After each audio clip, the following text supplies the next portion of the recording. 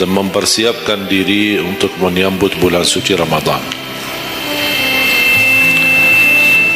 Tidak terasa begitu berjalan waktu.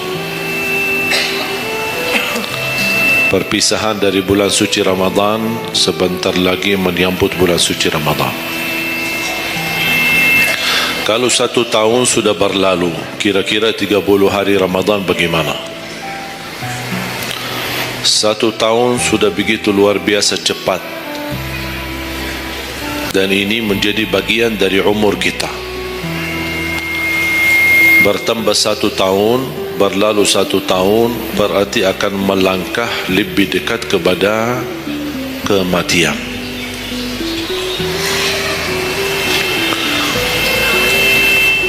Sebenarnya bukan berapa usia kita, tapi apa isi usia kita. Isinya apa? Dan sebagaimana Rasulullah SAW menjelaskan di hadis yang sahih, di hari kiamat dan tidak akan tergeser kaki seorang sambil ditanya oleh Allah 4 pertanyaan. Berarti kita akan menghadapi 7 pertanyaan. 3 di kuburan, menghadap mungkar nakir, man rabbuka, ma dinuka, man nabiyuka. Yang tersisa 4 nanti di hari kiamat, sebelum dimulai hisab, sebelum tergeser kaki kita ke surga maupun ke neraka. Ditanya oleh Allah Subhanahu wa taala 4 pertanyaan. Yang pertama, lan tazula qadama 'abdin yaumal qiyamah hatta yus'ala an 4. Tidak akan tergeser kaki seorang di hari kiamat sampai ditanya oleh Allah SWT 4 pertanyaan. Yang pertama, an umurihi fima afnah. Umurnya apa yang kamu lakukan. Allah tidak akan tanya berapa usiamu, tapi apa yang kamu isi dalam usiamu. 60, 70, 100 tahun, kurang, lebih, Allah tidak berdulikan berapa usia kita. Bahkan banyak para sahabat ketika ditanya usiamu berapa, dia menjawab usia saya 10 tahun. Padahal sudah tua, sudah di atas 50, ada yang di atas 40. Tapi kenapa begitu ditanya soal umurnya dia menjawab 10 tahun? Ternyata mereka menghitungkan usia yang sebenarnya adalah usia yang terisi taat. Masa jahiliyah, sebelum datangnya Islam, mereka menganggap itu semua usianya sia-sia.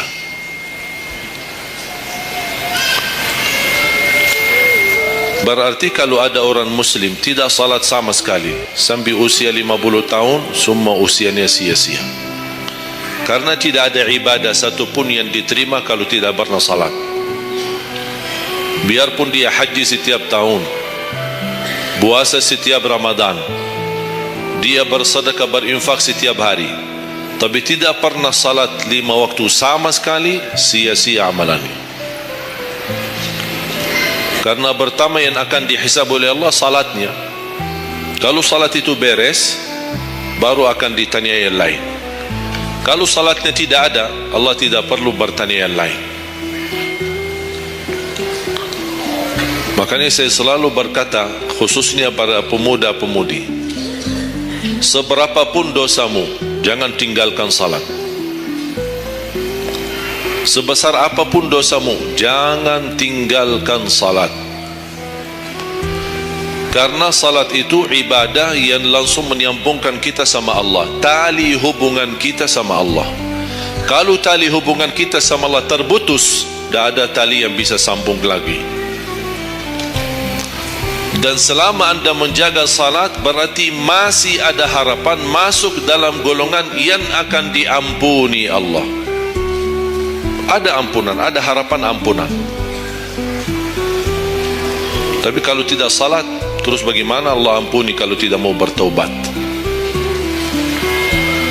Banyak orang berkata, saya malu, atau dia merasa ada bisikan di hatinya, buat apa lo salat? Ngapain? Perilaku kamu aja tidak benar, sama orang tua aja tidak benar, dosamu tidak pernah henti-henti, percuma salat, tidak usah. Itu ingat bisikan syaitan, karena syaitan ingin semuanya sekali-kali rusak. Kalau berbakti baik belum sempurna, masih banyak dosa maksiat, banyak kerusakan yang lain, tapi masih terjaga salatnya, ada harapan diampuni dosanya. Jangan sampai syaitan berhasil menggoda kita sekalian tidak salat. Oh, sudah hancur, sudah rusak yang lain, ditambah lagi parah, tinggalkan salat. Atau ada orang taubat, selama dia tidak salat, lancar, beres, aman, tidak ada apa-apa. Begitu dia taubat, dia merasa sedih, menyesal, dia mulai menjaga salatnya, hilang motornya, kehilangan kerjaannya, diuji sama Allah SWT dalam rumah tangganya. Setan datang, coba kamu aja dulu biasa-biasa aja, tidak pernah ada ujian. Begitu anda mulai salat, ada ujian. Ngapain? Udah berhenti aja salat, nanti kembali beres. Berhenti salat. Pas begitu dia keluar masih kehilangan motor. Ya Allah, gimana? Saya selama ini tidak pernah salat, tidak pernah hilang motor. Begitu saya mulai salat malah hilang motor saya. Datangnya setan di situ. Coba kalau kamu tidak salat, tidak bakal hilang motornya. Akhirnya dia merasa nyesal, dia berhenti. Berarti niatnya bukan taubat, niatnya salat. Ya Allah, mohon aku salat tapi Allah jaga motor aku ya. Itu niatnya. Bukan salat karena Allah, tapi salatnya karena terjaga motornya. Itu beda niat. Berarti ketika kita berlaku ibadah, melakukan sesuatu ibadah, tapi ada ujian yang masuk, jangan anda salahkan ibadahnya, tapi salahkan niatmu. Ada apa dalam niatmu? Pasti ada salah niat.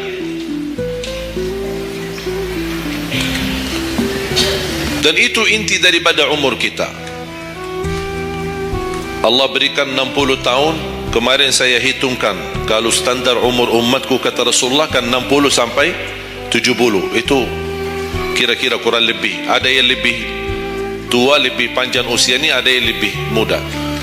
Tapi standar kata Rasulullah SAW, a'maru ummati baina 60 wa 70. Standar umur umatku antara 60 sampai 70. Ada yang melebihi dari itu, tapi sedikit sekali dibanding yang lebih muda. Saya kemarin hitungkan 60. Apa yang kita lakukan di dalam usia 60 tahun, dari lahir sampai balik, sampai tahun berapa? 15? Kita sepakat 15 tahun. Berarti sebelum balik belum taklif. Sebelum balik belum taklif. Haji boleh tapi tidak wajib, karena syarat haji harus balik. Syaratnya harus balik, walaupun diperintahkan, dibiasakan untuk melaksanakan salat. Tapi anggaplah bedun taklif, belum ada taklif, belum ada kewajiban, berarti 15 tahun itu sia-sia. Dia potonglah dari 60, berapa sisa? 45. Tidur sehari berapa jam? 8. Boleh kita sepakati angka 8? Ya, kita bicara standar. Katanya menurut kesehatan, tidur yang normal dan pas dan cukup adalah 8 jam. Anggaplah 8 jam tidur. Ada yang tidur 12 jam. Ada yang tidur bangun, salat, tidur bangun, salat, tidur bangun. Kalau hari libur dia tidur, tidak capek tidurnya. Begitu bangun, ya Allah begal badan saya, tidur lagi.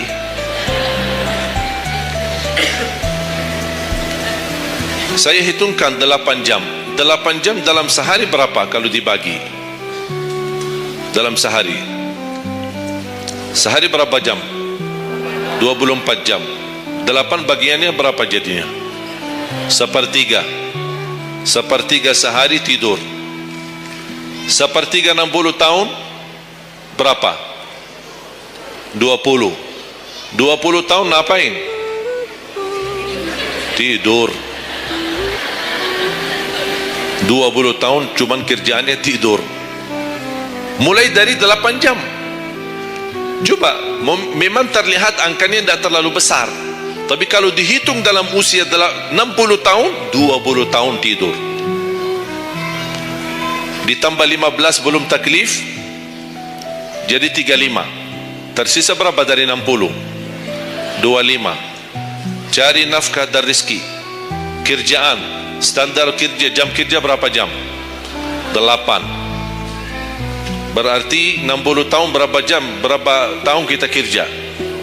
20 tahun. 20 tahun cari menjadi kaya, tapi 20 tahun masih stres, tidak jadi kaya-kaya, masih bermasalah. Ditambah habis 20 tahun pensiun, tambah hutang, belum lagi hutang sana sini. Sekarang semua serba hutang. Dan yang aku heran, kenapa orang Indonesia suka berhutang? Ada masalah sedikit hutang. Sekarang HP cicilan bagus-bagus. Begitu saya kemarin diajak sama teman foto, saya lihat HP ini, wih, Masya Allah, HP yang terbaru ini. Maaf, cicilan. Jadi jangan ditipu, jangan tertipu ketika anda melihat handphone baru sama orang, langsung anda baik sangka barangkali cicilan. Tidak ada yang sanggup cash. Cash itu 12 juta sampai ada 15 juta. Bawa mobil yang mewah, cicilan. Begitu pindah rumah, cicilan. Jalan-jalan besok juga nikah, cicilan. Semua serba cicilan. Dan terpengaruhi dengan promo sana ini, ada ini non persen, non ini apa, sini beli satu dapat satu, dan semua serba hutang.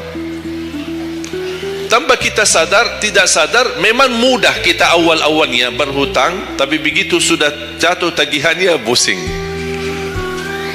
Memang hutang ini bikin aku stres. Ada orang minta sama saya amalan. Ada enggak amalannya supaya saya bisa mengatasi masalah hutang ini? Saya bilang mudah amalannya, jangan berhutang lagi. Mudah, sudah selesai.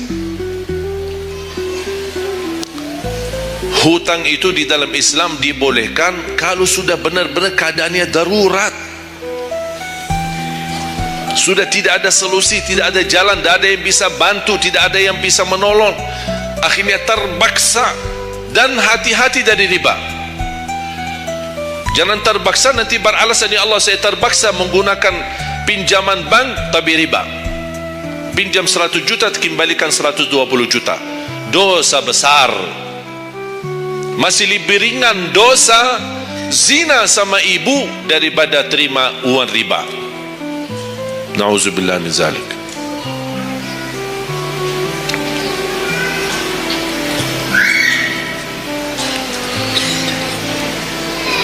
Dua 20 tahun cari kerja. Tadi berapa yang tersisa? 25 kan? Berarti yang tersisa berapa? Saya belum bicara ibadah Bapak Ibu. 20 tahun tidur, 20 tahun cari dunia, 15 tahun masih belum taklif, tersisa 5 tahun. Saya hitung dalam 60 tahun bagi orang yang rutin menjaga salat 5 waktu. Tahu enggak hasil hitungan saya dapat berapa?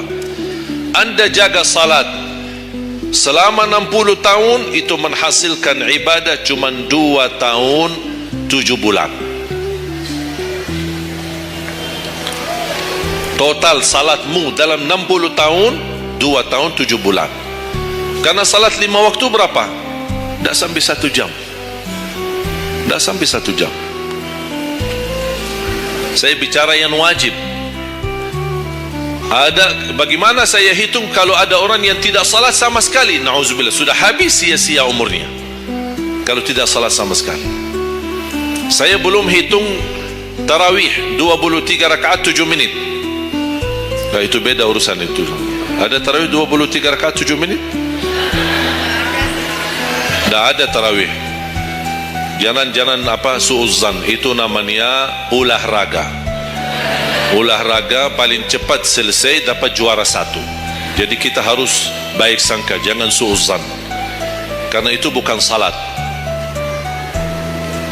Yang aku heran itu setiap tahun itu tradisi ini terulang setiap Ramadan, menjadi sebuah kebiasaan yang seharusnya menjadi kebiasaan agama atau kebiasaan beribadi.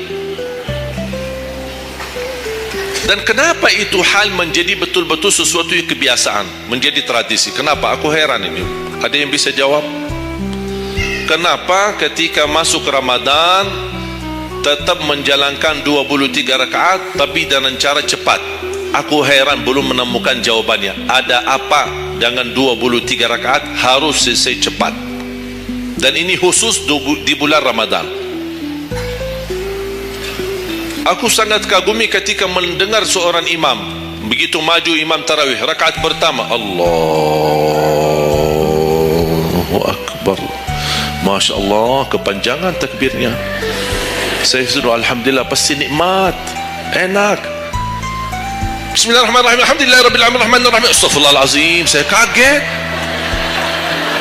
barusan sudah enak, ngapain cepat-cepat? Makanya saya ingat di masa ketika saya di salah satu kampung, ada seorang bapa di samping saya. Saya datang ke masjid, sudah mereka mulai tarawih. Yang aku kasihan bapa di sebelah saya, barangkali usia 80-90. Gerakannya tidak sama seperti kita. Kan kita masih muda, masih bisa mengejar imam. Habis bacaannya imam, saya tidak bisa mendengar kecuali ujung ayat. Oh, ini Al-Fatihah. Bismillahirrahmanirrahim. An-Na'im. Apa? Alhaakumut takatsur. Allahu Akbar. Sami'allahu liman hamidah. Allahu Akbar. Allahu Akbar. Allahu Akbar. Saya masih ikut. Yang saya kasihan bapa yang di samping saya ini.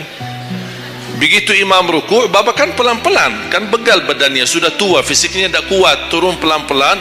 Imam sudah sami'allahu liman hamidah. Bapa udah berdiri lagi, dah jadi ruku' bapa.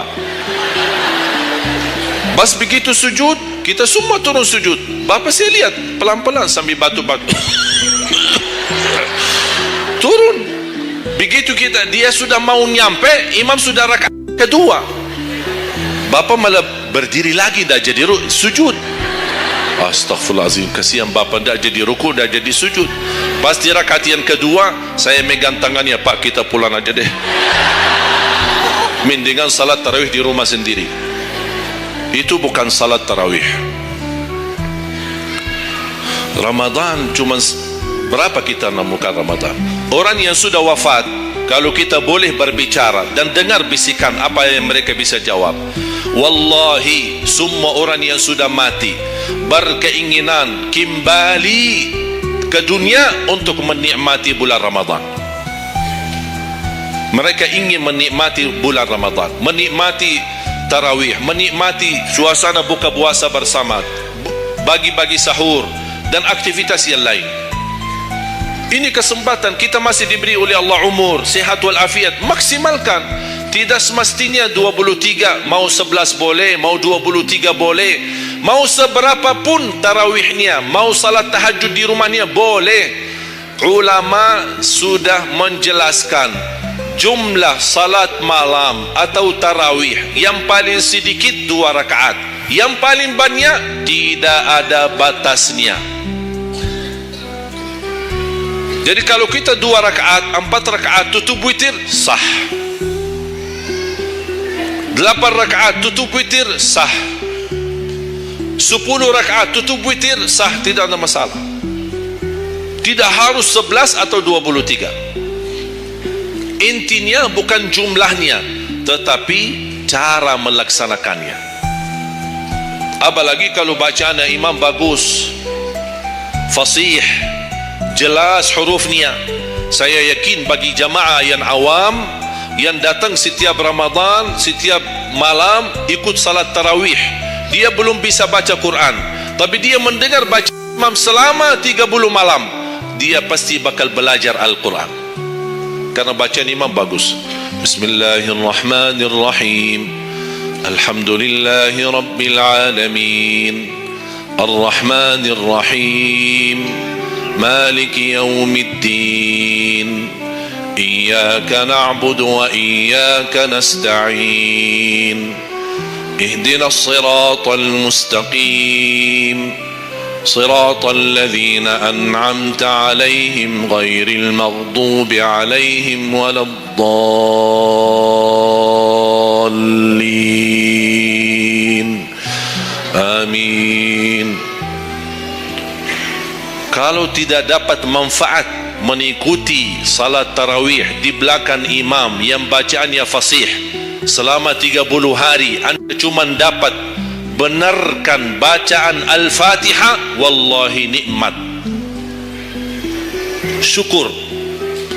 Selama 30 malam anda cuma dapat membenarkan bacaan Fatihahmu, sudah luar biasa.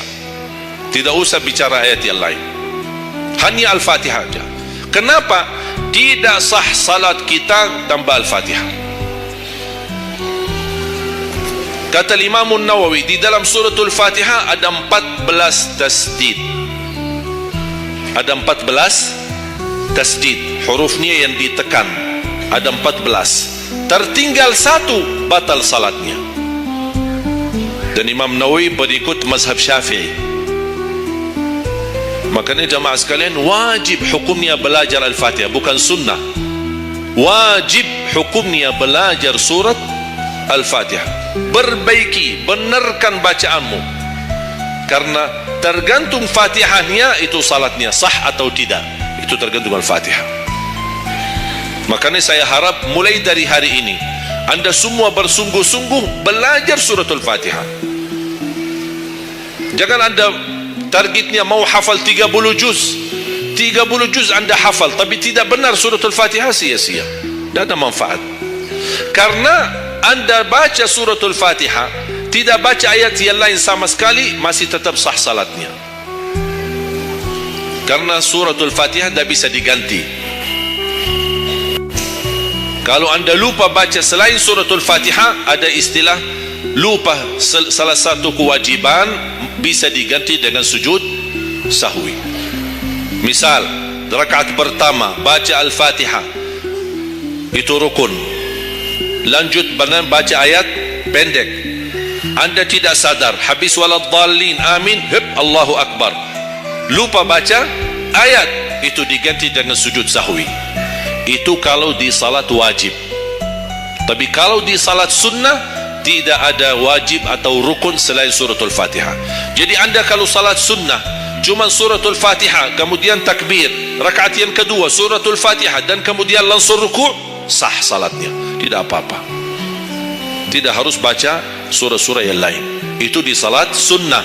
Tapi kalau di salat wajib, hukumnya baca Al-Fatihah rukun, hukum baca surah yang lain wajib. Kalau terlupa, diganti dengan sujud sahwi. Sujud sahwi 2 kali sebelum salam, habis tahiyat sujud 2 kali, kemudian langsung habis itu salam. Dan habis sujud sahwi tidak bagi tahiyat lagi, sudah cukup tahiyat yang anda baca.